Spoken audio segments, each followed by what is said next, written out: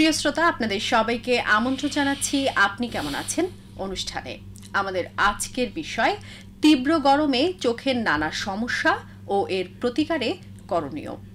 এখন এই গ্রীষ্মের তাপদাহে আমাদের কিন্তু নানান ধরনের রোগে আমরা জর্জরিত হচ্ছি এবং সেই সাথে চোখেরও কিন্তু নানান ধরনের সমস্যা দেখা দিচ্ছে। আর এই চোখে যদি আপনাদের কোনো সমস্যা দেখা দেয় তাহলে আপনারা কি করবেন সেই বিষয়ে কিন্তু আমরা আমাদের আজকের অনুষ্ঠানে আলোচনা করব। আর এই বিষয়ে আলোচনা করার জন্য আমাদের স্টুডিওতে আজকে উপস্থিত আছেন প্রফেসর ডাক্তার দীপক নাগ, রেটিনা বিভাগ, জাতীয় চক্ষু বিজ্ঞান ইনস্টিটিউট ও হাসপাতাল, ঢাকা। সাথে আছি আমি নাসিমা রাজ্জাক জুথি। আপনাকে আমন্ত্রণ জানাচ্ছি আমাদের আজকের অনুষ্ঠানে। আপনাকে ধন্যবাদ এবং যারা আজকের অনুষ্ঠান শুনছেন সবাইকে আজকের অনুষ্ঠান শোনার জন্য অনুরোধ করছি। শুরুতেই আপনার কাছে জানতে চাই, এই যে তীব্র গরম পড়েছে, এই তীব্র গরমে আমাদের কিন্তু চোখেরও নানান ধরনের সমস্যা হতে পারে। আপনার কাছে জানতে চাচ্ছিলাম যে কি কি ধরনের সমস্যায় আমরা পড়তে পারি এই তীব্র গরমের মধ্যে। দেখুন, তীব্র গরমে প্রথম যে সমস্যাটা হয় সেটা হচ্ছে শুষ্কতা। আমাদের চোখ শুকিয়ে যায়। আমরা যদি গরমে থাকি, রৌদ্রে যাই, তাহলে চোখ শুকিয়ে যায় এবং শুকিয়ে গেলে এই শুষ্কতার জন্য যে সমস্যাগুলো সেইগুলো আসলে আমাদের মূল সমস্যা। ধরুন যে চোখ যখন শুকিয়ে যায় তখন আমাদের দেখতে অসুবিধা হয়। আপনি একটু লক্ষ্য করবেন যে আপনি যদি সমুদ্রের পাড়ে দাঁড়ান অথবা কোনো বাতাসে দাঁড়ান খোলা মাঠে, চোখ যখন শুকিয়ে যায় তখন আপনি বারে বারে দেখবেন পলক ফেলছেন, ভালো দেখা যাচ্ছে না। সেজন্য চোখের পানিটা কিন্তু দেখার জন্য খুব ইম্পর্টেন্ট।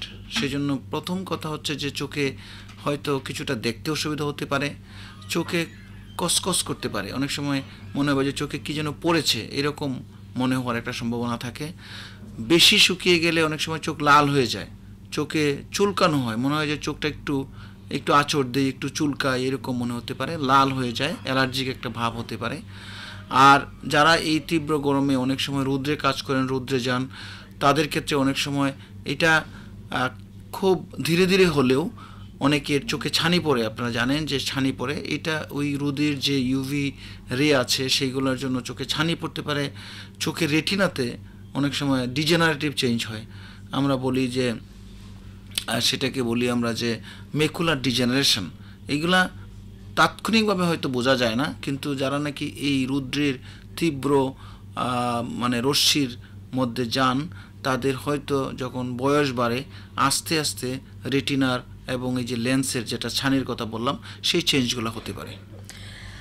আপনার কাছে জানতে চাই যে তীব্র গরমে এই যে আপনি যে সমস্যাগুলোর কথা বললেন চোখের, এই সমস্যাগুলো আসলে কেন হয়ে থাকে বা এর কারণগুলো কি কি? কারণ হচ্ছে যে চোখে একটা পানি থাকে, আমরা যেটাকে টিয়ার বলি, চোখের পানি। এটা কিন্তু খুব ইম্পর্ট্যান্ট একটা জিনিস। এটার বহুবিধ কাজ আছে। একটা কাজ হচ্ছে যে চোখের যে বাহিরের অংশ আছে সেগুলোকে নিউট্রিশন অর্থাৎ সেটার পুষ্টি দিয়ে থাকে। দ্বিতীয় কাজটা হচ্ছে যে এই পানির ভিতরে কিছু জীবাণুনাশক, অ্যান্টিবায়োটিক, অ্যান্টিভাইরাল জিনিসপত্র যেটা ন্যাচারালি বডি থেকে থাকে সেই পানির মধ্য দিয়ে আসে।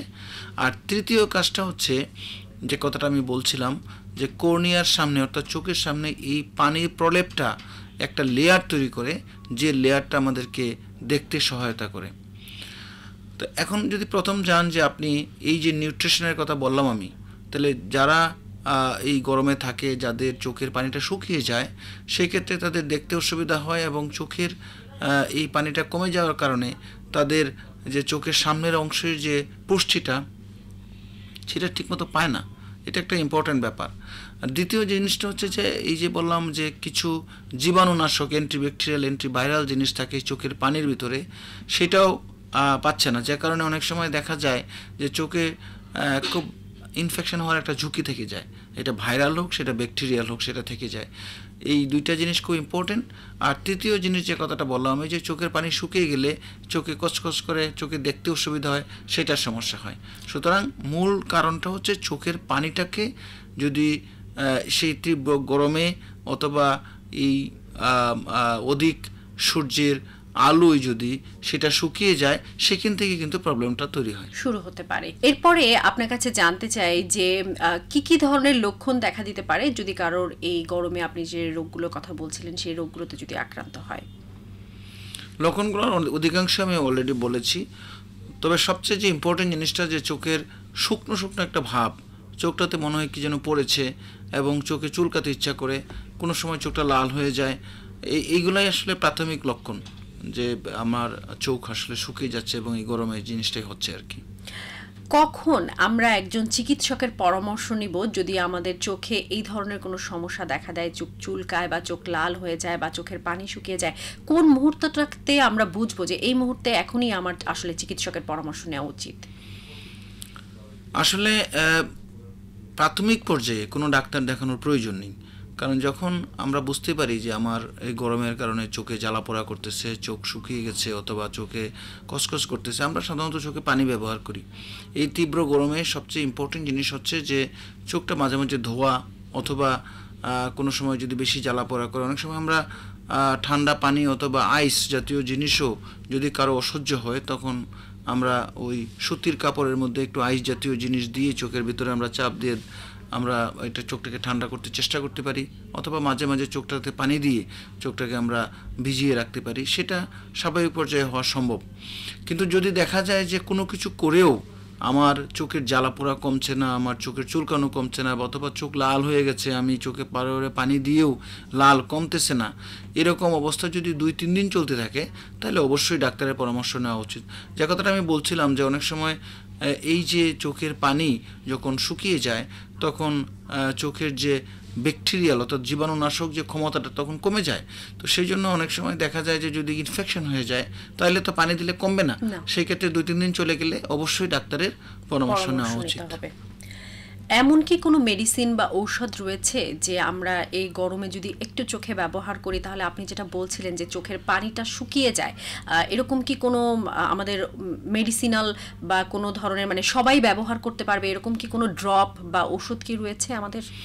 আছে, বাজারে অনেক ধরনের মানে টিয়ার সাবস্টিটিউট বলে, অর্থাৎ আমাদের চোখের পানির বিকল্প এই ধরনের পানি জাতীয় ঔষধ বাজারে পাওয়া যায় বিভিন্ন ধরনের।